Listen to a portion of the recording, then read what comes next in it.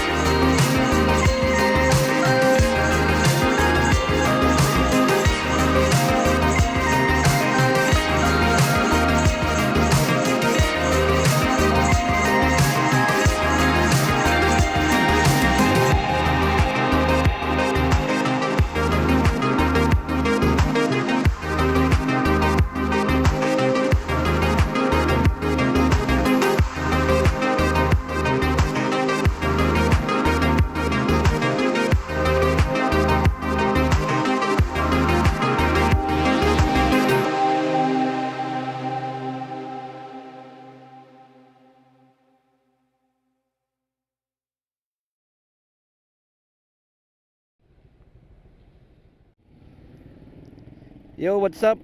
So, punta tayo ngayon ng Bulinaw. Punta tayo sa grape farm, then sa agri farm. Pero dadaan tayo ng El Pescador, yung isang sikat na resort doon. So, if you are starting from Manila, after Alaminos is town ng Bani.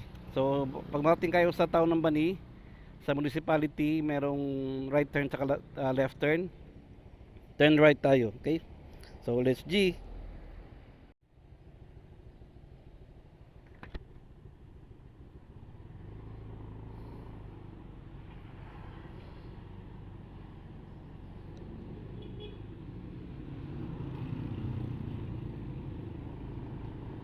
Yun, biyahe na tayo. So dito no, to turn right tayo dito. If you're starting from, makakita nyo from going to Anda and Bulinaw, turn right. If nasa Bani na kayo.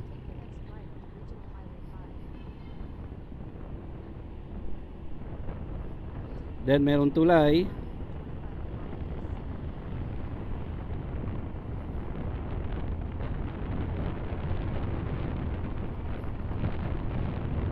Yan, so after ng tulay, heading na tayo towards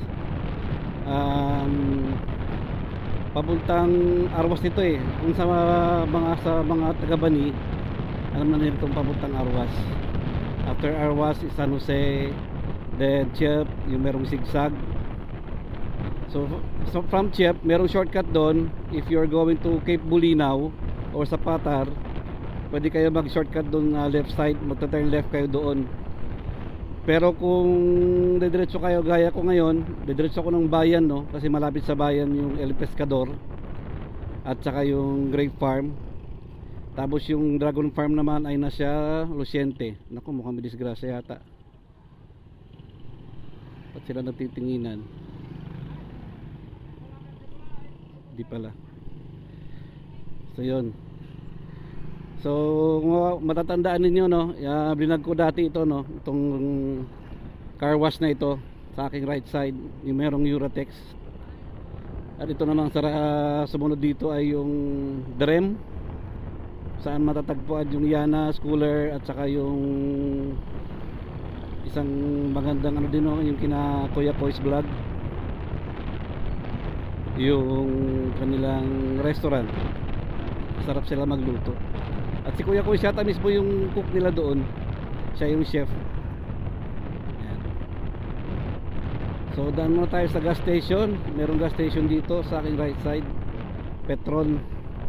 Then magre-reset tayo dyan ng ano, para hindi masyadong mahaba yung mga bawat clips, bawat video clips na harangan ng ano, di-deliver. Yun. So gas muna tayo.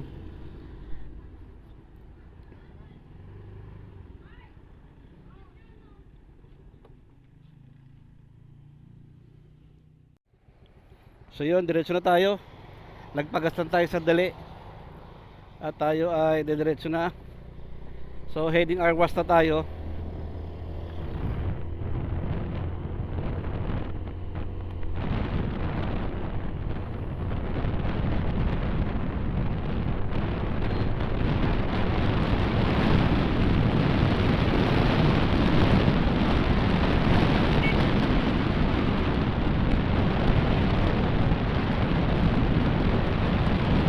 Malapit lang sa amin ang Bulinaw no, around 30 minutes lang yung bayan, if you're coming from Bani. So ito na yung bayan ng Arwas. Then paglagpaba ng konti dyan, San Jose na yan. Yung bakit ng konti pagpababa, San Jose na ang sakit niya.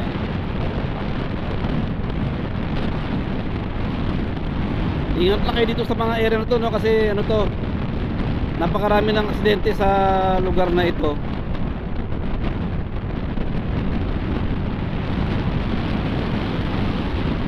Again, gaya na sinasabi ko, ang number one na cause ng aksidente ay hindi yung sobrang bilis,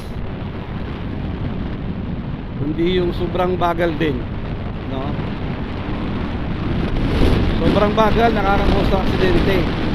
Kasi maaari kang banggain sa likod o yung mga nasa likod mo na mabibilis na sasakyan ay pipilitin mo overtake, minsan alanganin, minsan kakainin ka, minsan may nakakasalubong. So dapat talaga wag sobrang bagal at wag din sobrang bilis, dapat sakto lang.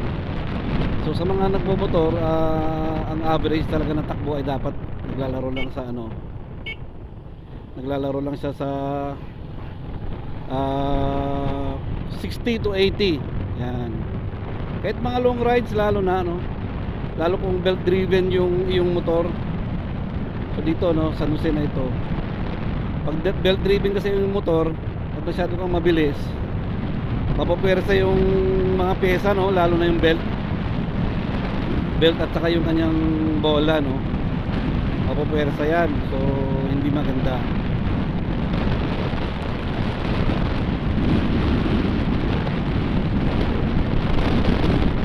Yun, approaching tayo sa zigzag no, papuntang Chip. Diyan marami ding aksidente dyan. So kung maalala nyo, dito yung mayroong nakalagkad na mga nagtatambay sa gilid ng kalsada no? Nakakalagkad sila ng isang van na inaantok na yung driver no? Either inaantok o puyat o lasing, nawalan siya ng ulirat. Tigil muna tayo.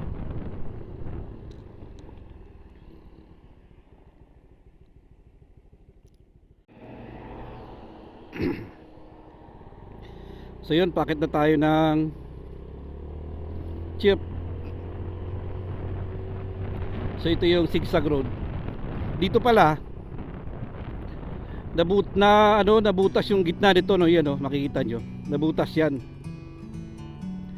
Di natin maalam kung sa anong kadahilanan, pero nabutas siya.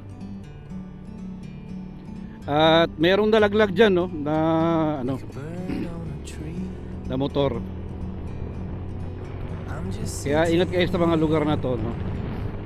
Hindi ko alam kung merong sign o wala rin sa kondisyon yung nagmumotor. Nalaglag po siya dyan. Luckily nabuhay naman siya, pero malala yung inabot niya, as in. Saka sa gabi rito, ang daming ano, sasakyan na walang ilaw, walang tail light. So shout out sa mga hindi marunong mag-alaga ng motor dyan. Bakinimen, magkano lang ang bumbilya ng tail light no? Nasa halaga lang ng 20 pesos hanggang 40 pesos, depende sa brand no? Depende sa klase. So sarap bumengking dito. Alaga nila ang kalsada rito sa parte dito ng papuntang Bulinaw. Maganda kalsada rito, sarap bumengking dito.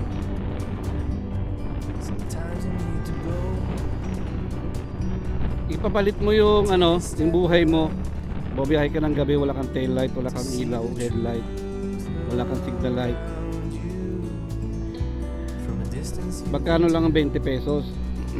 Panahon ngayon, bibili mo lang ng sigarilyo yan o ano, soft drinks. Pati ka makabili ng ilaw na 20 pesos, minsan punong-puno ka pa ng karga, dala ka pang bata at asawa mo, no? Tapos wala kang tail light, tumatakbo ka sa gabi. Alam nyo ba ang pakiramdam ng mga drivers na sumusunod sa inyo? Lalo pag may mga nakasalubong na wala rin sa ayos, no? Mga naka-bright.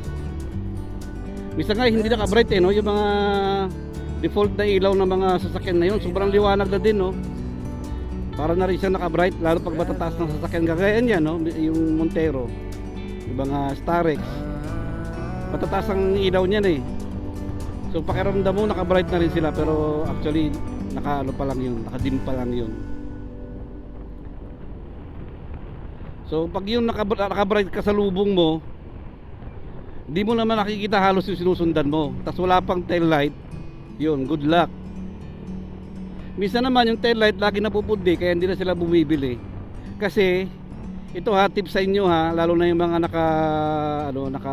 yung mga lumang motor o yung mga manual na motor, yung mga pan-tricycle. Kaya lagi napupundi yan. Alam nyo kung bakit? Kasi wala kayong battery. Ngayon yung inyong charger, no, mataas ang voltahe niyan. Umaabot yan hanggang 18 volts, minsan 20 volts pa pag naka-revolution kayo.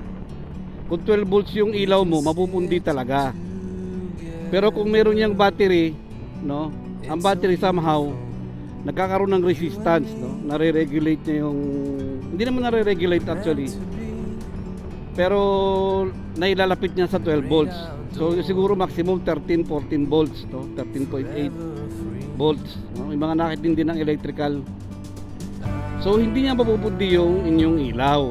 Yeah. So yun ang dahilan kung bakit napupundi lagi yung inyong ilaw, kasi sira na yung inyong battery or tinatanggal yung battery. Ito pang isa ha, ibang iba naman na magagaling na mekaniko o magaling na electrician, nirerekta nila. O, alam nyo yun, di ba? Rekta, sana all, no? Kahit walang battery may ilaw, pero gawin yung 24 volts yung inyong ilaw, kasi kung 12 volts lang yan, mapupundi pa rin yan, di ba? Nakarekta eh. Yung coil niyan eh, dapat tinataasan mo yung revolution ng coil, hindi yan nagre-regulate, no? Walang pesang umaharang dyan. Pag revolution mo, pung!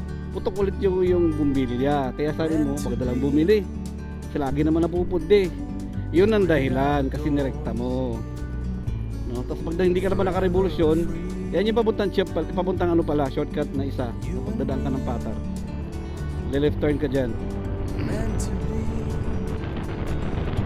So yun, no, tip lang sa mga ano, sa mga pag-maintenance ng mga motor.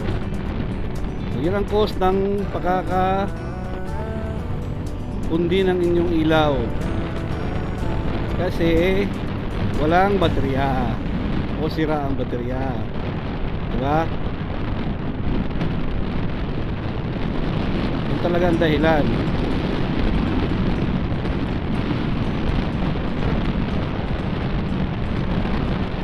Sarap mag-rise dito. Daming mga nagra-rise dito pagka weekends, no?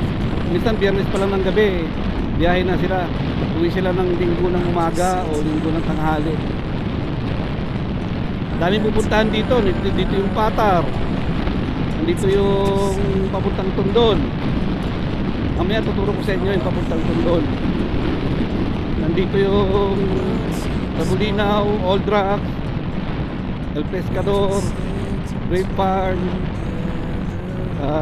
Strawberry Farm. So ito na yun, no? Ito yung pinaka boundary, no, ng welcome to, ito yung welcome to Bulinaw. So karamihan ng riders humihinto rito to take ng picture. Kasi marami dito. Dito yung Bulinaw Falls 1, 2, Tara Falls, Hidden Spring. Ang dami tayo mapupuntahan dito, totoo lang. So kaya daming mga riders na nagagawi dito sa bandang amin, no? Bani, Bulinaw, Agno, Anda, Burgos, Deadpool. Sa Agno naman, Abagatanen, Umbrella Rocks. Daming magaganda rito, as in. Sulit ang biyahe nyo rito. Tsaka maganda ang kalsada. Dito sa Pangasinan marami, no? Pero meron isa ako dito na hindi nagustuhan, no? Na shoutout sa lahat ng mga riders na parang nagkaroon ng tawag doon, discrimination sa mga motor, no? Hindi ko alam kung anong dahilan. Dito sa may Natividad, no, yung Sky Plaza, hindi pwedeng umakyat ang mga motor. At alam nyo ba yung lalakari mo doon, sobrang terik at sobrang haba. So ipapark mo yung motor mo doon sa baba at paglalakarin ka ng napakataas at napakahaba. Grabe. So kung may nahinang katawan mo, ang tuhod mo, huwag mo nang asamin pa na pumunta doon. Nandun ka na sa baba, merong doon tigre, papicture ka doon at umuwi ka na. Kasi hindi lang yung lalakarin mo, ha, papuntang taas. Pagdating mo sa landing, yung pwedeng parkingan ng mga naka 4-wheel, no? Kasi 4-wheel pwedeng umakyat eh, motor lang ang hindi, no? Yung mga naka 4-wheel, pag gusto mo pumunta dun sa pinakataas, yung pinaka grotto, saka yung imahe, yung pinakatuktok talaga sa taas, kailangan mo ulit maglakad ulit ng hagdanan na napakataas na naman, na mas mataas pa dun sa Lourdes Grotto ng Baguio. Imagine mo yon, patayan talaga yon. So maski mga kabataan dun nagre-reklamo, talagang bumibigay yung kanilang mga tuhod. Kabataan na yun ha, how much more yung mga medyo nakakaedad na, tapos nagra-rise pa na mahaba. Bawa galing ka Manila, galing kang South, no? Bandang Laguna, Cavite, Batangas, pumunta ka sa Natividad, pag mo doon paglalakarin ka ng napakataas-taas. Shout out sa mga magmamaris ng Sky Plaza. Sana naman payagan nyo naman yung mga nagmumotor na umakyat sa taas, kahit hanggang doon sa parkingan lang, kasi maglalakad pa ulit hanggang pinakatuktok yung pinaka-view deck nyo di ba? Payagan yung mga nakamotor.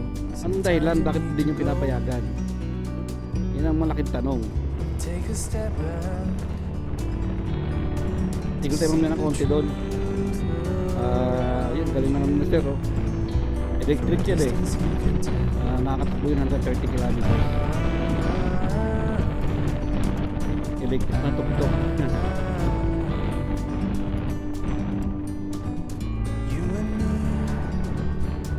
Nantay yung tindahan. So dito welcome to Bolinao Falls. Dito yung kakaliwa papuntang Bolinao Falls. Yan. Shortcut. Huwag ka na pumunta ng Bolinao. Wala sa Bolinao yun. So nandito pa lang yun sa palagpas ng Bani. Bolinao Falls.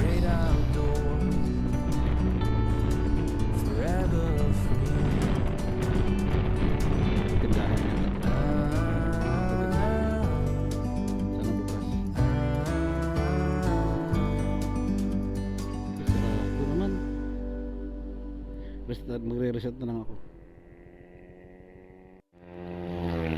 So yun, wala tayo nabiling tubig. Padalong tayo ng konti.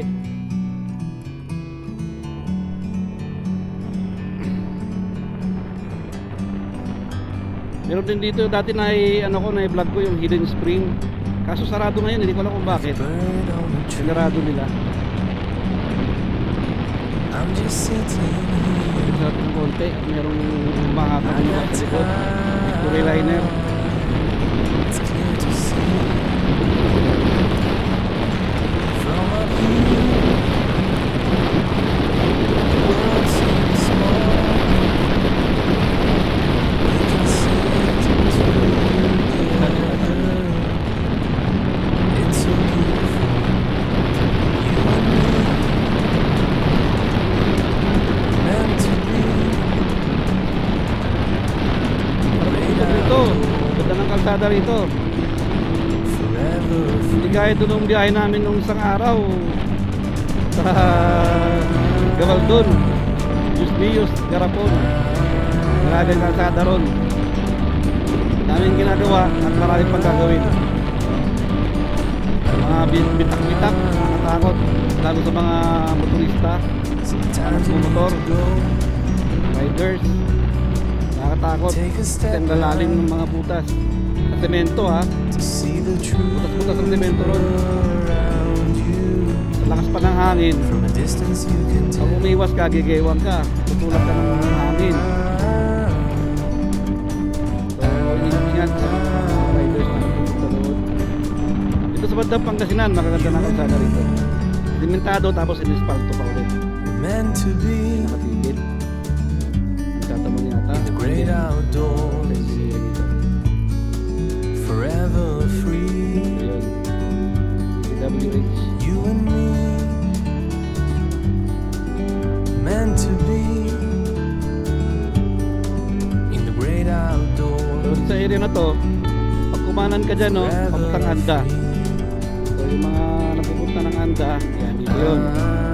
Tondol. Tondol Beach. Ayun. Yan. Dyan. Ang Anda yan. Yan ang tindahan na bukas. Nauuwaw na talaga ako. Namamalat ako.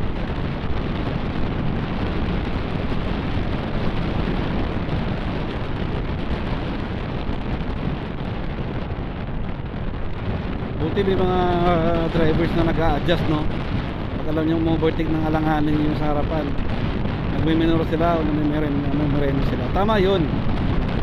Kung mo ipipilit na porkit sa rides ka, bibilisan mo lalo para lalo siyang maalanganin. Maraming driver na ganun mag-isip ha, mga kamote ha. Totoo lang, alam nilang paparating ka at alam nilang ano, galing ka sa overtake at silang nasa rides, bibilisan nila lalo para lalo ka mahirapan. Eh mga pag-iisip na mga ano, utak kriminal. Di ba? Alam nila parating ka na eh, ilawan mo pa yan, lalo nilang bibilisan imbis na mag-minor sila. Ayaw nila magbigay kasi katuwiran nila sila yung nasa rides. Mali yun. Bigayan lang mga parikoy, paski yung mga ka-riders natin ha, lalong mga naka-single na motor. Ganun mo pag single ka na motor, kahit tatlo kayo o apat kayo sa isang lane, pwede. Eh kung nag-single ka lang, wala ka namang kasabay sa lane mo, pag mayroong overtake na kasalubong, hindi mo alam kung nagmamadali o ano, galing sa mahabang biyahe, umahataw, may iwas-iwas ka ng konti. Nakakalungkot isipin no, na nag face to face yung dalawang single na motor. Talagang ewan ko lang ha. Ang hirap mag-describe sa ano, pero talagang sobrang malaking kagaguhan ba yun o katangahan, no? Nag face to face kayo, pareho kayo single. Big no no yun sa akin.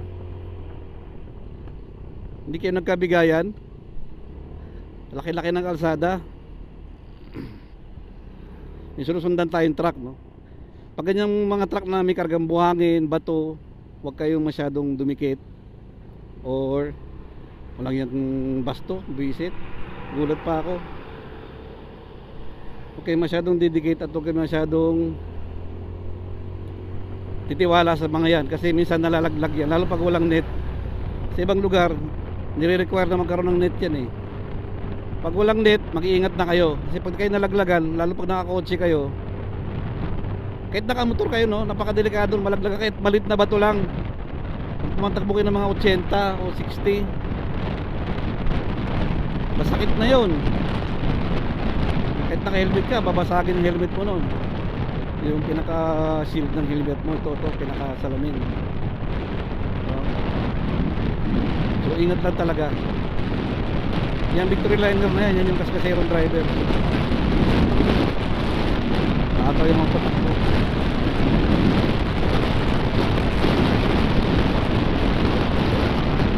Wala akong mahanap na ano, wala akong mahanap na tawag dyan, tindahan nila ng tubig.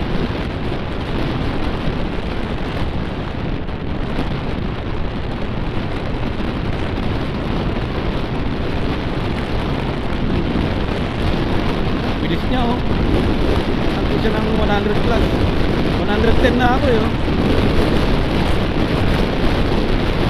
Mga 120 takbo niyan, 110 na ako eh.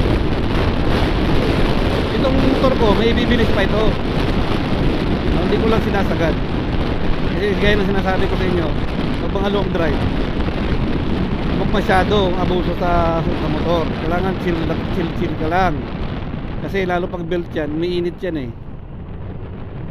Saka malayo pa lang mamreno ka na, huwag ka tutok ng tutok. Yun ang kasabi nila diba, pag tutok salpok. Pag tutok ng tutok, dumistansya ka. So balik tayo sa kanya, mayroon siyang, kalay mo dumampot pa ng pasahero, pala tindahan, sayang. Dumampot pa siya ng pasahero, malapit na sa Bulinaw. Dati kasi yung mga jeep hindi dumidiretso ng Bulinaw hanggang Banilang. So yung mga bumabiyahe ng Bulinaw, kawawa sila. Pero yung mga rehistro na mga yon, yung mga linya na mga yun hanggang Bulinaw. Pero ngayon binago na nila yung ano, patakaran. So shout out sa Pejudap, no? Binago na nila ang patakaran at obligado na silang pumunta o dumiretso ng Bulinaw. Pero ganun pa man, nasanay na yung mga pasahero dito na mag-bus na lang kung ano man yung mauna actually.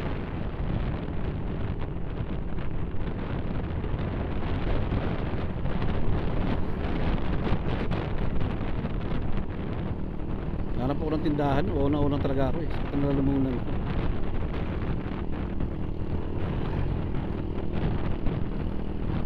Mga ibang tindahan kasi rito, wala silang mineral water eh, no? Soft drinks lang eh. Hindi uso sa kanila yung mineral water. Ito, tindahan. Yeah. Tayo. Nailagpas ako kasi ano, nakatutok sa akin yung bus.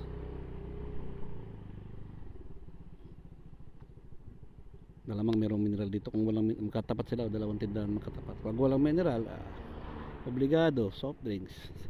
Pero soft drinks na ano lang, yung low sugar. Kasi diabetic ako eh.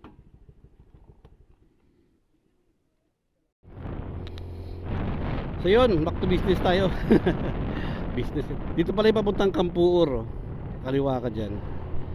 So Lucienta 2. Yung Lucienta 2 pala dito 200 meters. So unahin pala natin itong puntahan, yung dragon fruit. Kasi Lucienta 1 doon yun sa ano, sa sukaran tayo dito. Yun, Michael's Homestay. Ba, galing oh. So yun, kano muna tayo dito. Baguhin natin yung ano.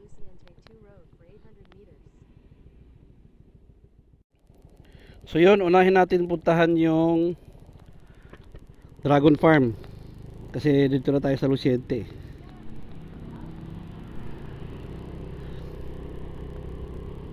So let's G. Alam ko ano na ngayon eh, meron na mga dragon fruit ngayon. Dito sa Dragon Farms pala, meron silang 11 na varieties, no? Nagre-range ng 120 per kilo hanggang 800 per kilo. So depende sa variety. Pinakamahal natin na variety yung ano, kulay dilaw ba yun o green, no? Yun ang medyo mahal na variety. So isa sa mga favorite na na fruits ko ito, no? Aside from buko, guyabano. Yan, itong dragon fruit kasi very healthy ito. At maganda ito sa mayroong diabetes. Yan. So shout out sa mga diabetes dyan.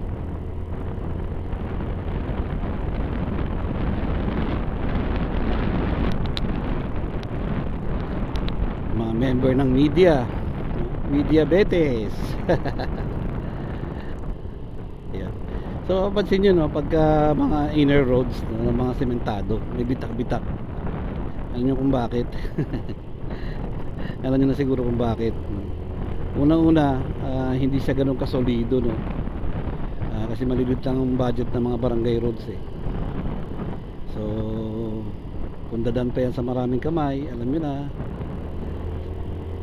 kaya nagkakabitak-bitak yan. So kulang sa puro kulang sa semento at yung pagkaka-impact, no? Ini-impact kasi yung pinakailalim yan para tumigas na pagdating ng araw na magkaroon ng pag-ulan, magkaroon ng maging malambot yung pinaka nilalatagan ng semento, mabibitak talaga yan. Madaanan lang yan ng truck, bibitak na yan. Minsan nga kusa nagbibitak pa eh, motor lang, jeep, dumadaang kotse, nabibitak na siya. Yun ang dahilan kaya bitak-bitak yung mga inner roads na sementado. But at least ganyan na siya. Noong araw dito sa mga lugar na ganito, 1980s, 1990s, rough road pa ito. So malaking bagay na rin yung ganyan.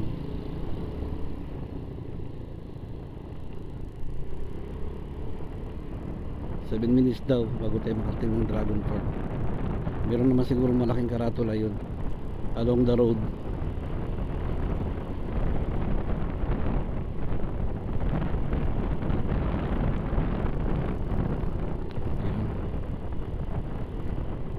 Magpas tayo. So dalawa tong Luciente 1 tsaka Luciente 2. Luciente 1 doon yun sa may bayan mismo. Mga karamihan na lupain doon ang pag-aari ng mga Celeste. Mga politiko sila, mayor, congressman. Merong kahoy sa gitna, nakatakot siya, kadisgrasya. So So di ko pa nakikita yung karatula ng Dragon Farm. Sana makita ko na.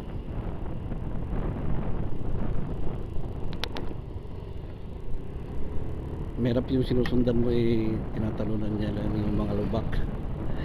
Napapasunod ka eh.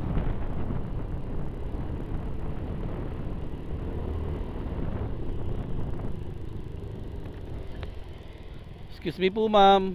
Saan po dito yung Dragon Farm? Malayo pa? Dragon Farm. Doon pa yun sa diretso pa yun doon. Diretso pa, malayo pa? Ay, sige po. Tulay. Tulay pa? Lagpas pa ng tulay? Oo. Ah, sige po. Thank you po. So, lagpas pa raw ng tulay. Malayo pa pala. Dadaan-dahan ako, baka malagpasan mo pa ako eh. Malayo pa pala siya.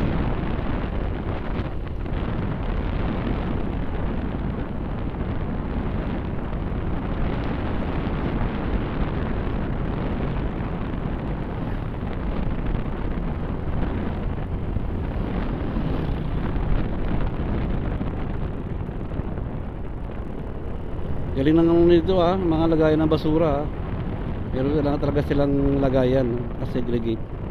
At nakakulong ng meron siyang parang bakal na kulungan. Hindi siya kakalkalin ng aso o ng tao. Minsan tao kumakalkal sila nagkakalat no? So shout out sa mga dito. Galing. Bilib ako sa inyo. Ganda ng pamamalakad yun sa inyong lugar, sa inyong barangay, sa mga taga Luciente Dos. Umahanga ako sa mga ganun yung mga ganyan kita niya yan. Yan di ba? So, bakal, bote, karton, plastic, di ba? Mga yung ganyan Kung mga magbubuti kayo, diyan na damputin, no? Nandito na tayo sa Luciente Dos Ganda ng kanilang court. Wala naglalaro. Usually pag ganyan kaaga, dami na nagsushooting bagay walang pasok na yun.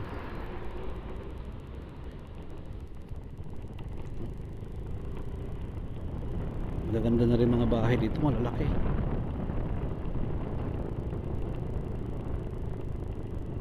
High Luciente Dos National High School.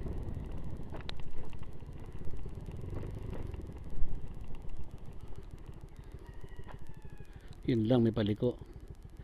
Yung Luciente Dos High School doon, pero itong kalsada siguro diretso pa. Malamang hindi naman ako pinapaliko lang Tinan ko nga pala yung aking map. Baka tayo malagpas na malayo.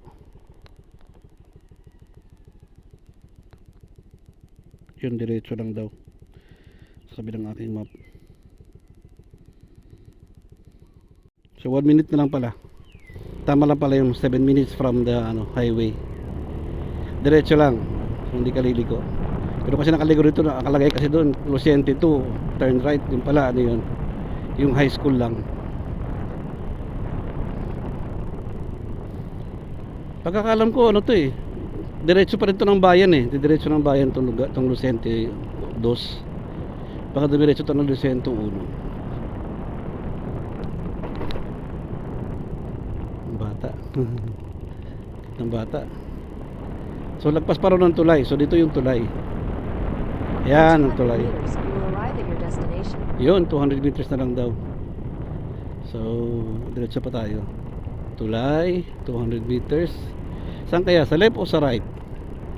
Maputik pala ngayon, kaya hindi ko alam kung magandang mamitas ngayon doon. Saan ka na? Dragon Farm. Walang karatula. Tabing aso, may mga breed pa Ayun, Dragon Hills, this way. You have arrived. Pasok kaya motor doon.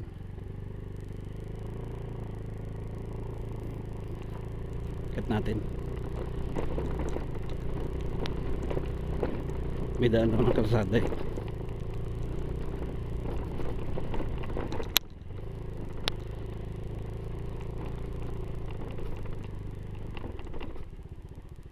Wala namang ibang daan dito lang naman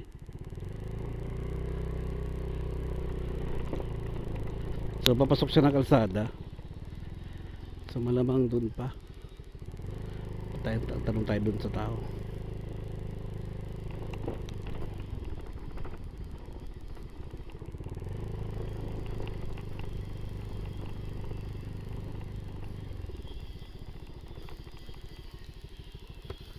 Morning boss, dito ito ibabanti ko Dragon Hills. Dragon Hills. Diretso lang. Ay, batit yung motor. Wait, sige. Thank you. Uy, gulas. Yun, so dito na tayo sa Dragon Hills. Ayun na pala. So yun, dito na tayo sa Dragon Hills. Yan. Ganda, di ba? Yan yung Dragon Hills. Ang dami nilang tanim. Grabe. Yan yung mga dilaw. Yan yung mahal eh. Yan o. Grabe ang lawak. Dragon Hills. Diba? Ang nagmamayari nito ay mga Padilla. No? Apelido doon sa Padilla. Nilalagyan nila ng dumi ng kalabaw. Yan. Dami as in. Siguro merong isang hektarya ito siguro. I get. Puro lang siya. Puro dragon fruit lang. So yung iba, namamulaklak pa lang. Ayan. Sobrang ganda. Ayan. Ayan. Meron silang pinakakubo rito. Ayan. Talaga. Delayed reaction yung aso. Delayed reaction yung aso. So yun So meron silang pinaplanong itayong dyan. Yung ngayon naman ito. Meron silang pinaplanong itayo dyan, no? Siguro siya, bahay, no? Kasi malalaki yung poste. Yan. So ito siguro tangke ng tubig. Yan, may mga solar lights sila, ang lalaki yung taas. Lawak. Ang lawak niya as in. Pero tingin ko namumulaklak pa lang yung iba eh. So wala pang hinog. Grabe ang laki niya. Ayan o.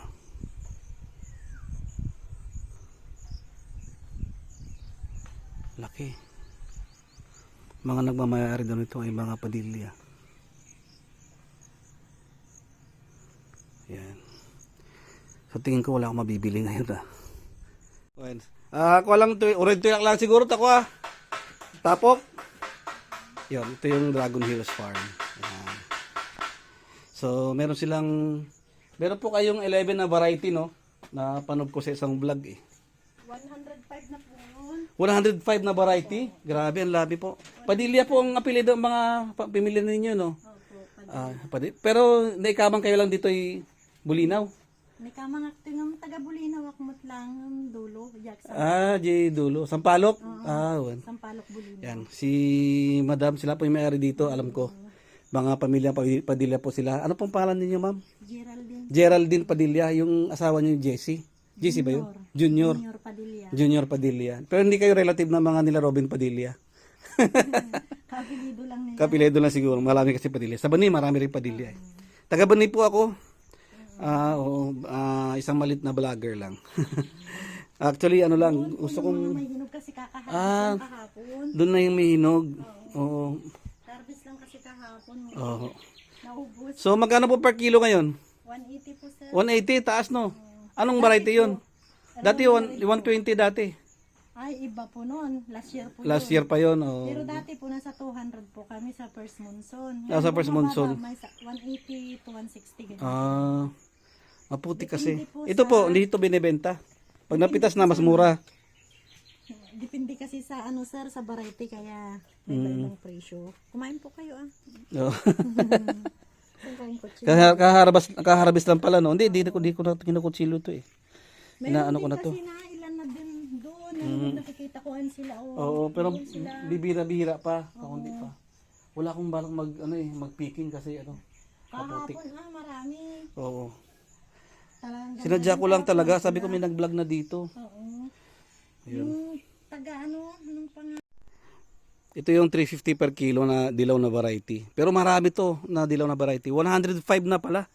Yung huli ko kasing na panood, 11 na variety lang. So ngayon grabe ano, ang haba. Sundan natin si ate. Ate, nag-aate ako, mas matanda pa ako dyan eh. Yan oh. Ito naman po yung Vietnam white. Ito yung Vietnam white. White po ang loob. White ang loob niyan. White. Pero pula yung sa labas. Oo. Ang galing oh. Ayan oh. Ang ganda niya. Marami po Yan. yan. Kaso, So sa isang puno, ang daming naibubunga no. oo.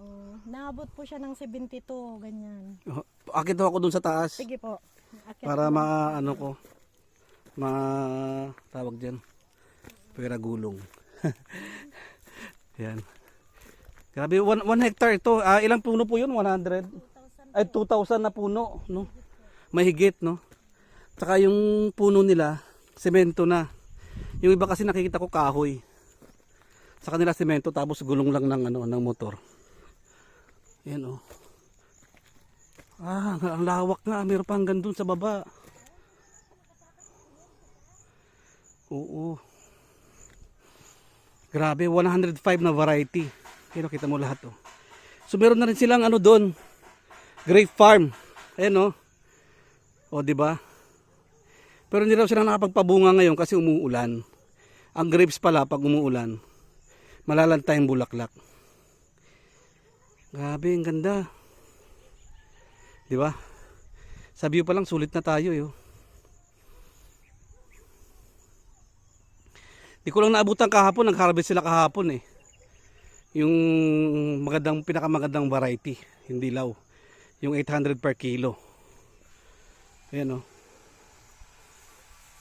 Grabe. Dami. Yun. 'Di ba? Number na to. Oo. Active. So ito ay globe. Ano po, anong bago dito? Dito. So yan oh, 0991 682 1737. Si Madam, ano ulit pangalan niya? Geraldine Padilla. Si Madam Geraldine Padilla. Pamilya po nila yung nag-aano dito, may-ari. Si Sir Junior naman ang asawa niya. Ayan oh. At meron silang mga binabalak na anong gagawin niyo rito? Bahay? Hindi po, taniman yan ng dragon fruit na masisilan. So ihiwalay nila yung dragon fruit na masiselan dito. Isipin mo, meron silang 105 na varieties. Sa Pilipinas siguro sila lang merong ganun sa buong Pilipinas. O baka sa Asia, no? Meron silang 105 na varieties ng dragon fruit. May parating pa po na 100, hinihintay ko po. Meron pa ng another 100 na variety. Grabe no? So lahat halos ng variety meron na sila dito. Dami pong kulay, Oo, iba-ibang kulay. Merong puti ang loob, dilaw ang loob, mga rainbow color, rainbow color. edited sila. Oo, meron silang yung pula, maroon. O yung meron po siya pink yung loob. Usually yung nabibili natin yung pula ang loob, no? Yung may parang may pagka-maroon. So ngayon dito, Orange, black. merong orange, may black na rin. Grabe no. Ayun si Sir oh, nag-aano siya. Sayang kahapon hindi ko naabutan, nag-harvest sila kahapon. Mga ilang kilos po yung harvest nyo kahapon? May 1,000 sir. Ay grabe. May 1,000 kilos. Saan po dinala yun? Manila po. Sa Manila. Meron na pa kayong sinusuplayan sa Manila. Marami po. Oh, isipin nyo mga idol no. Nakaka-proud no. Parang naano ako yung pana-overwhelm ako. Nakaka-proud na nandito sa lugar namin. Yung isa sa pinakamalaking supplier ng dragon fruit no dito sa Manila o baka sa buong Pilipinas no. More than 1 hectare ito, 2,000 na puno no ng dragon fruit. At isang dragon fruit kaya niya mamunga ng hanggang mga 10 bunga no. Hindi po, hanggang 72 to 78 na piraso po. Ay grabe, 72 hanggang 78 na piraso sa isang puno. Yun ang makikita sa banda ron, meron maraming hinog siya Dami po doon. Ayan Ayan marami siyang hinog. Kasi na-focus ko po na malaki. Ayan marami siyang mga hinog, di ba? Grabe no, nakaka-proud no. Nakaka-proud talaga. Ngayon 105 na varieties. So sa next year daw, baka magkakaroon sila additional 100 na varieties. Saan niyo po kinukuha yung mga breed niyo? Mga seedlings? Yung anak ko po kasi, Nasaan po? nasa ibang bansa po. Saan bansa po? Kaya seaman siya sir, kaya Seaman. So, seaman siya. So, every time na meron siyang ma-discover na merong variety ng dragon fruit sa area na yon, sa bansa na yon, May group kasi siya. kumukuha siya. May group siya na pwede niyang ipaano din. Kontakin. Oo, grabe no. Pero hindi siya ang nagpapadala. Oo. May group siya. May group sila, so may mga resources siya.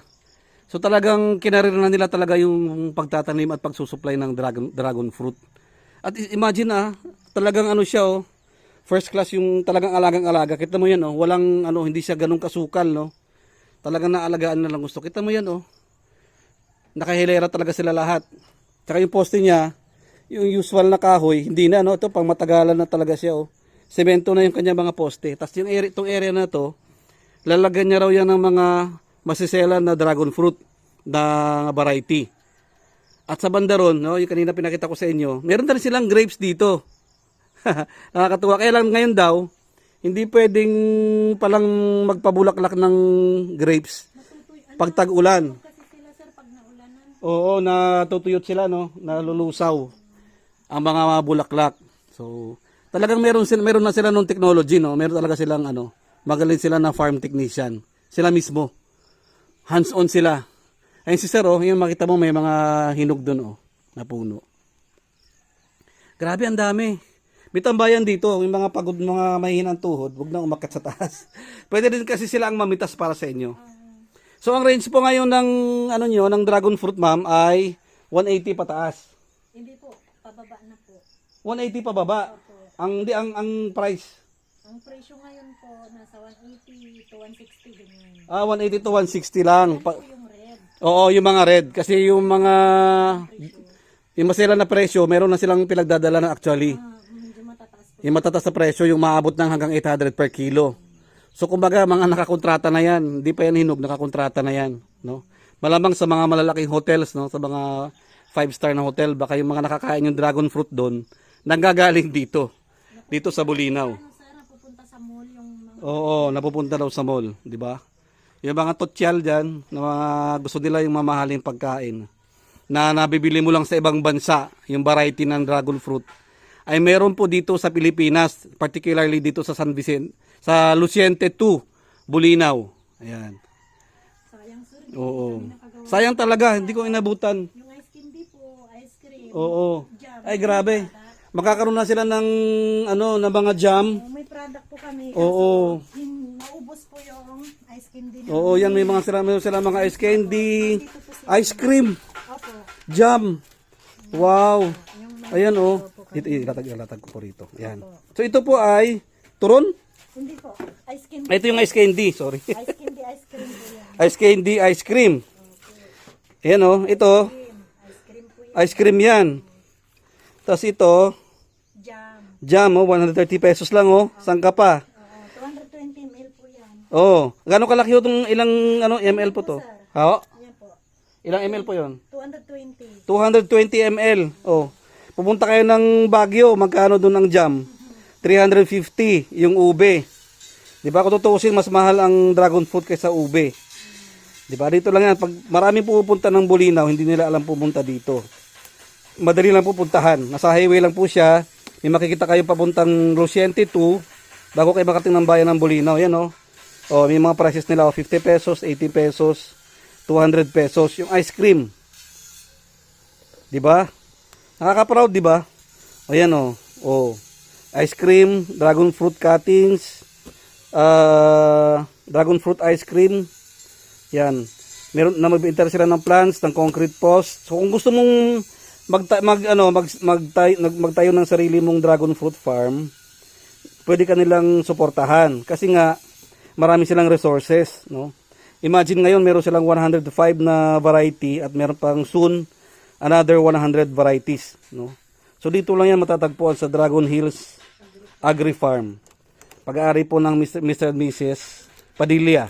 Yan. Maraming salamat po ma'am sa panahon ninyo, ma'am. Talagang yan po. Shoutout po kay Ma'am Geraldine.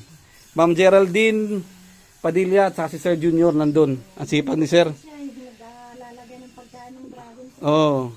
Ay pagkain po? Opo, yung mga pataba na ganyan. Pataba po. Oo, nilalagay niya ng pataba ng yung dumi ng baka. Kalabaw. Dumi ng baka, kalabaw. Ayan Bili mo, 2,000 na puno yan ha. At sipag nila mag-asawa. Ano lang yan, family business lang yan. Nakita ko siguro yung nagwe-welding doon, anak nyo. Yung nambanda ron. Ay, yung mga nagwe-welding. Oo. Trabahador. Trabahador nyo lang po Wala po yun. yung mga anak ko dito, sir. Yes, abroad lahat. Yes, opo. Nasa abroad. Yung bunso ko kasi nag-aaral po sa Lingayen. Nasa Lingayen. Tatlo lang sila. Ah. Yung dalawa nasa trabaho. Nasa trabaho yung dalawa. Pero yung isa, nasa abroad. Hindi po, nag-aaral yung Nag-aaral yung bunso. dalawa nasa abroad. Yung dalawa nasa abroad. Seaman saka, Pares silang siman. parehas seaman, puro lalaki. So parehas seaman, grabe. Mag-isa lang babaeng bunso ko. Yan nag-aaral na teacher. So nakakatuwa, no? Kasi nagkapal lang Oo. sa ato. So ito raw ay variegated ang bunga niya, no? So isipin mo sa buong Pilipinas o baka sa buong mundo, Tingnan mo, sir. dito mo lang matatagpuan ang napakaraming variety ng dragon fruit kasi yung kanyang anak ay isang seaman at nahilig talaga siya na magkolekta ng iba't ibang variety ng dragon fruit sa buong mundo. At isipin mo ha, lahat ng variety na yun ay naitanim nila at napabungan nila. Talagang pinag-aralan nila ng gusto at nagsusupply na rin sila sa ibang bansa na mga variety na wala naman sa bansa doon na meron sa Pilipinas, no? So na parang na-share niya sa buong mundo yung mga variety ng mga dragon fruit na wala sa kanila sa bansa nila. Nakakatuwa, no?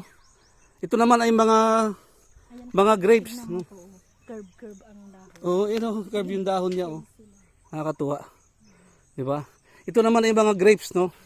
Hindi pa lang siya pinagbunga ngayon kasi mayroon pa lang panahon to. Pag tag-ulan pala hindi pwede. So kailangan yan kasi mabubulok daw yung bulaklak pag naulanan. Masusunog yung bulaklak.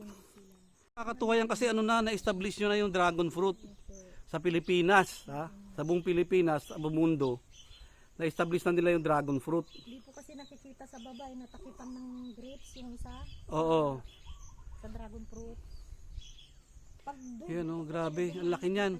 Sa likod ng na yan, bundok na yan, ito 1 hectare to, 2,000 na puno na ito. At soon, yung another remaining na 2.7 hectares, tataniman pa nila yon. Ganun sila na-hook up na sila talaga sa dragon fruit. Kinarir na talaga nila. As in, hindi lang basta kinarir, no? Talagang gagawa sila ng record sa buong mundo sa ginawa nila. Yan.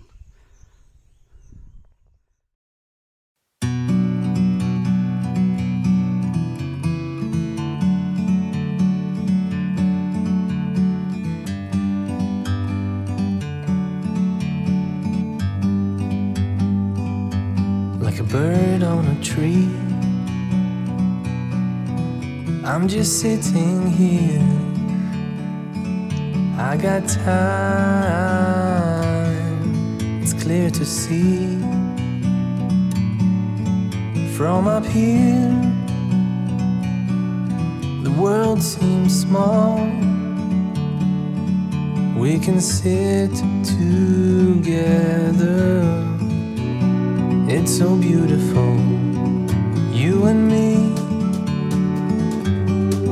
We meant to